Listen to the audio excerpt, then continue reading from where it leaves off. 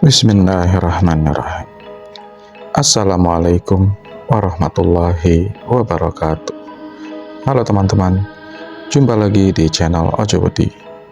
Terima kasih kepada teman-teman yang telah mendengarkan dan telah mensupport channel ini, agar channel ini makin berkembang dan bisa diterima oleh halayak yang lebih ramai.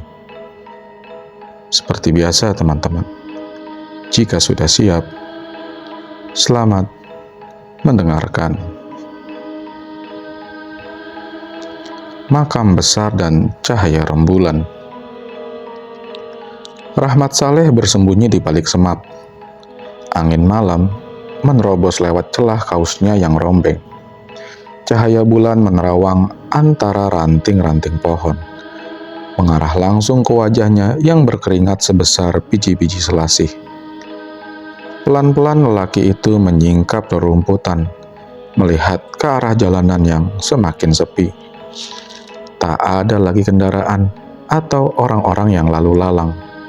Dia meraih cangkul di dekatnya, lalu bergegas ke arah bebukitan yang ada di ujung pandangannya.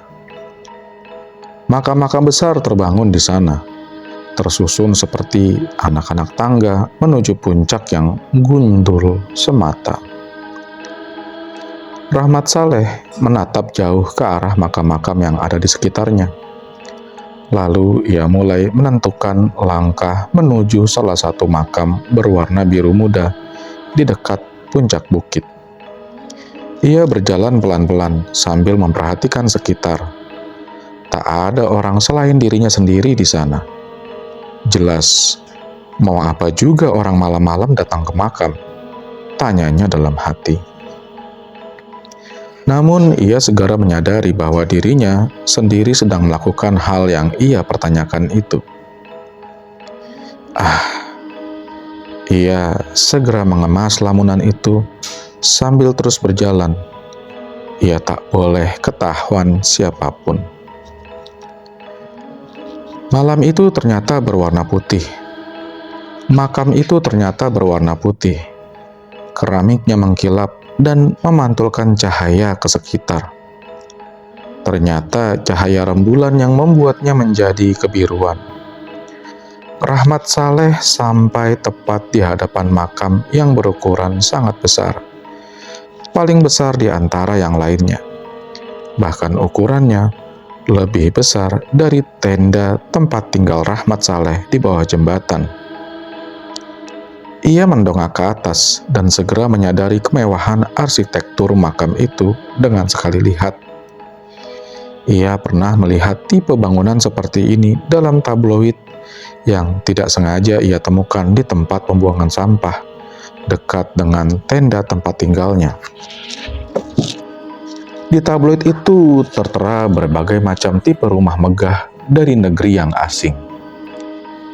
Biasanya bangunan seperti ini memiliki warna merah yang dominan, pikirnya sembari mengingat-ingat. Namun tidak dengan makam di hadapannya. Mungkin karena ini makam, pikirnya, bukan rumah seperti yang ada di tabloid itu. Lagi pula, orang-orang pintar yang kerjanya membangun gedung pasti punya maksud tertentu dalam memilih warna. Bahkan warna bangunan pun memiliki makna, pikir lelaki itu sambil melihat dan mencium bau badannya sendiri. Lalu ia pun berbisik kepada dirinya sendiri. Apa makna diriku saat ini? Hanya seorang pencuri? Sejenak, setelah mengagumi wujud bangunan makam putih di hadapannya, Rahmat menuruni anak tangga yang ada di tengah makam. Anak-anak tangga yang mengarah ke pintu makam ini yang tergembok-gemboknya ditempeli kertas-kertas kecil dengan aksara yang tidak bisa ia pahami. Ia sangat berhati-hati agar tidak menimbulkan suara terlalu berisik saat coba mematahkan gembok dengan cangkul yang ia bawa. Namun dalam beberapa kali pukulan, ia tak lagi peduli pada suara yang dibuatnya karena panik dan gugup. tanpa aba-aba. Dalam sekejap fokusnya pecah ketika tiba-tiba terdengar suara langkah dari atas anak tangga. Rahmat Saleh berhenti memukul gemboknya. Ia takut bukan main dan berusaha sembunyi dalam bayang-bayang tembok di dekatnya. Suara itu semakin mendekat. Dia menutup mulutnya dengan tangan agar nafasnya yang kadung ngos-ngosan tak terdengar. Saat jantungnya hampir copot karena ketakutan, seekor kucing melompat keluar dan mengeong dari balik pilar makam. Rahmat Saleh lemas sekaligus lega. Kucing itu terus mengeong seakan memanggil-manggil Rahmat Saleh yang ada di bawah. Setelah berhasil mematahkan gembok makam, Rahmat Saleh berusaha mengusir kucing hitam itu. "Hush, hush," katanya, sambil membuat gerakan mengusir dengan tangan. Kucing itu pun lekas pergi. Dibukanya pintu makam itu perlahan dan tiba-tiba saja cahaya yang begitu terang merambat masuk ke dinding makam yang semula gelap. Rahmat Saleh terheran-heran melihat cahaya yang bersinar amat dahsyat itu. Cahaya yang pelan-pelan terasa menyedotnya untuk masuk ke seberang pintu. Tiba-tiba kucing hitam kembali melompat dan mengamati Rahmat Saleh, lalu mengeong lagi dengan suara yang lebih lantang. Rahmat Saleh membuka pintu makam itu seluruhnya, tentu dengan ragu-ragu. Lalu ia pun masuk ke arah cahaya dengan perasaan campur aduk yang tak bisa ia jelaskan dengan referensi tabloid manapun yang pernah ia baca. Ia takut sekaligus berani, merasa bersalah sekaligus masa bodoh, ragu sekaligus nekat. Semua perasaan kepalang tanggung bercampur aduk di dalam kepalanya sampai berhasil menyeberang. Rahmat Saleh masih tak tahu mengapa ia ingin mencuri makam, atau justru makam ini yang telah menggodanya untuk datang. Semua terjadi begitu cepat, dan kini tubuh Rahmat Saleh telah sepenuhnya berada di ambang pintu, menuju cahaya yang terbuka bagai lorong terang, yang menuju entah kemana. Kucing hitam bermata kuning terang. Cahaya putih itu perlahan berubah menjadi kemerahan. Cahaya yang menabrak Rahmat Saleh dalam sekejap sebelum kakinya menginjak rumput kering dan ranting-ranting. Dia melihat sekitar. Cahaya itu mulai reda. Ia tidak melihat jenazah. Tidak ada uang dalam peti. Tidak ada emas. Tidak ada sutra. Apalagi berlian. Di sekitarnya hanya ada pohon-pohon mati, rumput kering dan sabana yang terhampar begitu luas bagai area tanpa batas. Dia melihat ke kanan, kemudian melihat ke kiri, sebelum akhirnya melihat ke belakang. Tidak ada makam, tidak ada pilar, tidak ada gembok. Bahkan pintu yang barusan ia lalui juga tidak ada. Hanya ada dirinya, cangkulnya, padang yang luas, dan pohon-pohon yang kering. Ia melihat ke atas. Titik-titik merah mirip matahari bersinar begitu terang, dengan jumlah yang begitu banyak sehingga tak cukup bagi kepalanya untuk menghitung berapa jumlah kumpulan cahaya itu. Dengan perasaan cemas dan agak takut, Rahmat Saleh mengangkat cangkulnya seperti memegang tongkat pemukul bola kasti.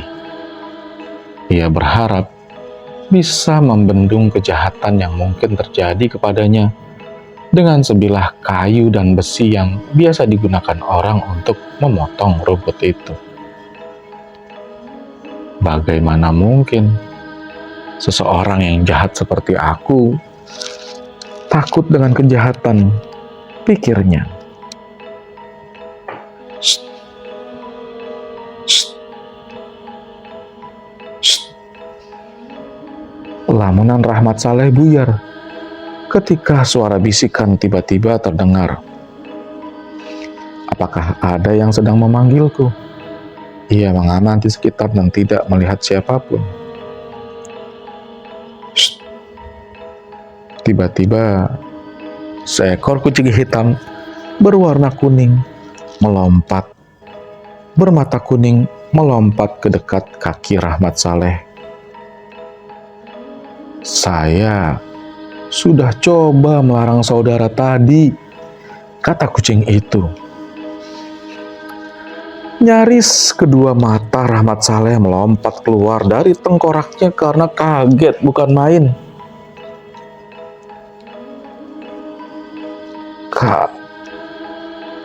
Kamu bicara? Kata Rahmat Saleh sembari melangkah mundur ketakutan. Ya, dan saya bukan hanya bicara, jawab kucing itu seraya melangkah mendekat menuju Rahmat Saleh.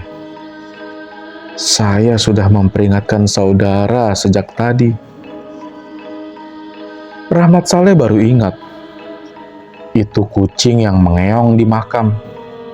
Namun, ia tetap mundur ketakutan sejenak sebelum menyadari bahwa dia tidak punya cukup alasan untuk takut pada seekor kucing. Meskipun kucing itu bisa bicara dan bicaranya formal dan juga suaranya sedikit cempreng, kucing tetaplah kucing, pikirnya. Tidak menyeramkan, tidak mengancam. Akhirnya, Rahmat Saleh pun memberanikan dirinya untuk bersikap biasa saja di depan si kucing, sambil tetap memegang erat cangkulnya untuk berjaga-jaga kalau hal tak terduga terjadi tiba-tiba. Tuan kucing, kata Rahmat Saleh, memanggil kucing hitam berwarna kuning terang, bermata kuning terang itu dengan ragu-ragu. Ini kali pertama bagi Rahmat Saleh berbicara dengan seekor kucing. Ia pun memilih kata tuan, sebab ia tak tahu kata apa yang sekiranya lebih sopan dan cocok untuk memanggil seekor kucing yang asing. Dan terlebih ia sudah mulai pembicaraan dengan ragam bicara formal. Tuan kucing, sebenarnya ini tempat apa? Sambung Rahmat Saleh. Nama saya Dapur. Panggil saja saya Dapur, kata kucing hitam bermata kuning terang itu sambil mendongak, menatap lurus dengan berani ke arah mata Rahmat Saleh. Dan sepertinya saya tidak bisa memberitahu saudara, sebab saudara tidak seharusnya berada di sini. Dan juga, sebenarnya ini bukan tempat milik saya. Jadi, saya pikir agak kurang sopan bila saya seenaknya menjelaskan tempat yang bukan milik saya, apalagi kepada orang asing. Rahmat Saleh tidak punya kalimat yang tepat untuk menjelaskan situasi yang sedang dihadapinya saat ini. Lelaki parubaya itu masih berharap apa yang sedang dihadapinya adalah mimpi. Meski sangat nyata di matanya sedang berdiri seekor kucing hitam bermata kuning terang yang bisa bicara dan mengatakan bahwa namanya Dapur. Rahmat Saleh hanya merasa bahwa si kucing hitam, maksudnya si Dapur ini, tidaklah berniat jahat kepadanya. Mungkin dia hanyalah kucing biasa yang kebetulan bisa bicara dengan bahasa formal, pikir Rahmat Saleh kepada akhirnya. Barangkali ada alasan pula mengapa namanya Dapur. Tetapi mungkin dalam perjumpaan yang membingungkan ini, agak tidak tepat untuk membahas makna nama seekor kucing. Lagi pula, apalah arti sebuah nama? Rahmat Saleh mengingat makna namanya sendiri. Seorang pencuri bernama Rahmat Saleh. Bisik lelaki itu kepada dirinya sendiri. Seraya menggaruk kepalanya sesekali, mencoba meluruskan logika yang tersisa di kepalanya. "Saudara Dapur," kata si Rahmat Saleh, "bisakah saudara..." Ini kali pertama baginya mengucapkan kata saudara sebagai kata sapaan. Pengalaman pertamanya ini bahkan bukan ditunjukkan kepada orang, melainkan kucing. Wajarlah dia jadi agak canggung. "Bisakah saudara beritahu saya di mana jalan yang bisa saya lalui untuk pulang? Sementara saya tidak terlalu paham bagaimana ini bisa terjadi," kata Dapur sambil menekuk kaki-kakinya untuk duduk dan berpikir. "Biasanya hanya kami, kucing, yang bisa ke tempat ini dengan leluasa. Kami bisa keluar masuk tempat ini dengan cara melompat dan membayangkan tempat yang ingin kami tuju. Bila salah membayangkan, kami sering tersesat di rumah manusia yang tidak kami kenali. Tidak jarang juga, kami juga hanya berputar-putar seharian di tempat yang begitu luas ini, karena terlalu sulit membayangkan tempat yang ingin kami tuju. Tentu saja kami para kucing tidak pernah benar-benar punya rumah, makanya kami sering tersesat juga. Sejujurnya, kami singgah dari satu rumah ke rumah manusia yang lainnya. Kadang mereka menahan kami begitu lama. Ada kalanya kami diusir begitu sampai di sebuah tempat. Begitu seterusnya sampai kami menghabiskan 9 nyawa yang kami miliki." "Itu sungguh kisah yang menakjubkan," kata Rahmat Saleh. "Saya sering dengar juga bahwa kucing memang punya 9 nyawa. Makanya mereka hidup malas-malasan karena kehidupan bagi kucing mungkin terasa membosankan. Tapi mungkin saya juga salah. Itu hanya mitos yang sering saya dengar. Tapi ngomong-ngomong, kalau begitu, kalau tidak keberatan, bisakah saudara ajari saya melompat untuk bisa pulang?" Dapur pun berpikir sejenak. "Saya belum pernah mengajari manusia sebelumnya," kata Dapur, agak ragu. "Tapi tak ada salahnya, mari kita coba saja." Dapur meminta Rahmat untuk jongkok dan mengikuti postur tubuh kucing. Dalam hitungan 1, Rahmat Saleh diminta untuk memejamkan mata dan membayangkan tempat yang ingin dia tuju. Rahmat Saleh segera memejamkan mata dan membayangkan bentuk tendanya yang kumuh yang sebenarnya tak terlalu ingin ia tempati lagi bila ada tempat lain yang lebih baik.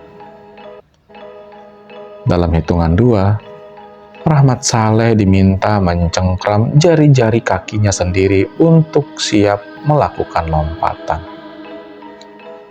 Rahmat Saleh langsung mencengkram jari-jari kakinya dan siap melompat. Dan dalam hitungan ketiga, Rahmat Saleh diminta untuk melompat. 3, ucap Dapur dengan lantang. Rahmat Saleh melompat. Dapur serius mengamati. Rahmat Saleh membuka matanya. Dapur tampak kebingungan. Rahmat Saleh juga kebingungan. "Tidak berhasil," kata Dapur. "Iya, tidak berhasil," jawab Rahmat Saleh. "Ini buruk," kata Dapur sembari menaikkan ekornya. "Saudara mungkin telah melakukan sesuatu sehingga menyebabkan saudara tidak bisa keluar dari sini. Sesuatu yang dilakukan dan menyebabkan saudara layak berada di sini." Rahmat Saleh merasa bingung mendengar penjelasan itu. Ia adalah pencuri. Apakah ini tempat yang layak bagi seorang pencuri? Ini bukan penjara. Tak ada borgol dan polisi dan hakim di sini. Ini cuma tempat asing yang sulit ia jelaskan, pikir Rahmat Saleh. "Apa maksud saudara sebenarnya?" tanya Rahmat Saleh. "Sepertinya saudara harus menemui pemilik tempat ini. Mungkin beliau bisa mencarikan solusi atau permasalahan saudara. Bagaimanapun ini adalah tempat miliknya. Agak kurang sopan juga bila seseorang asing datang dan pergi tanpa sepengetahuan pemilik rumah," kata si Dapur, sembari menjelati tubuhnya sendiri. "Saya tak bisa menemuinya. Tapi saya tahu seseorang yang dapat mengantarkan saudara untuk bisa menemuinya." Rahmat Saleh tidak tahu harus berkata apa. Harinya sudah sangat aneh sejauh ini dan sekarang ia terancam tidak bisa pulang karena seekor kucing gagal mengantarnya dengan cara berimajinasi dan melompat, dan ia masih terjebak di tempat asing yang aneh. Dan ia pun sangat lapar. "Berjalanlah saudara mengikuti setapak ini ke arah barat," kata si Dapur. "Lalu saudara akan lihat ada jembatan kecil di sana. Pada jembatan itu akan ada petir yang sangat mengganggu. Tapi saudara tak perlu takut. Jika petirnya datang itu pertanda baik. Seseorang yang akan saudara temui juga datang bersama petir itu." Dapur melompat dan hilang. Tinggal si Rahmat Saleh dan cangkulnya, dan jalan setapak, dan padang rumput yang kering yang maha luas. Tanpa menunggu lama, Rahmat Saleh mulai berjalan mengikuti petunjuk dari Dapur. Ia tak punya pilihan lain. Hanya perkataan kucing itulah satu-satunya petunjuk yang ia miliki. Lagi pula ia sadar, ini bukanlah dunia tempat yang ia seharusnya berada. Ia merasa tidak bisa pulang begitu saja dari tempat aneh ini, tanpa meminta pemilik tempat untuk membukakan pintu keluar untuknya. Bagaimana mungkin? Aku seorang pencuri, hendak mencari pemilik rumah untuk minta tolong dibukakan pintu keluar karena tersesat. Aku berniat mencuri harta di dalam makam. Siapa pula pemilik yang harus kutemui ini? Orang mati. Rahmat Saleh sedikit gelisah, tapi ia terus berjalan. Sulit menjaga pikirannya tetap waras di tengah kegilaan yang sedang ia alami. Bagaimana mungkin datangnya petir menjadi pertanda baik? Rahmat Saleh tak ingin melogikakan lagi satu-satunya petunjuk yang ia punya. Maka ia terus berjalan karena tak punya pilihan. bersambung dulu ya teman-teman. Jangan lupa untuk terus mengikuti ceritanya di channel Ojo Wedi. Akhir kata, wassalamualaikum warahmatullahi wabarakatuh.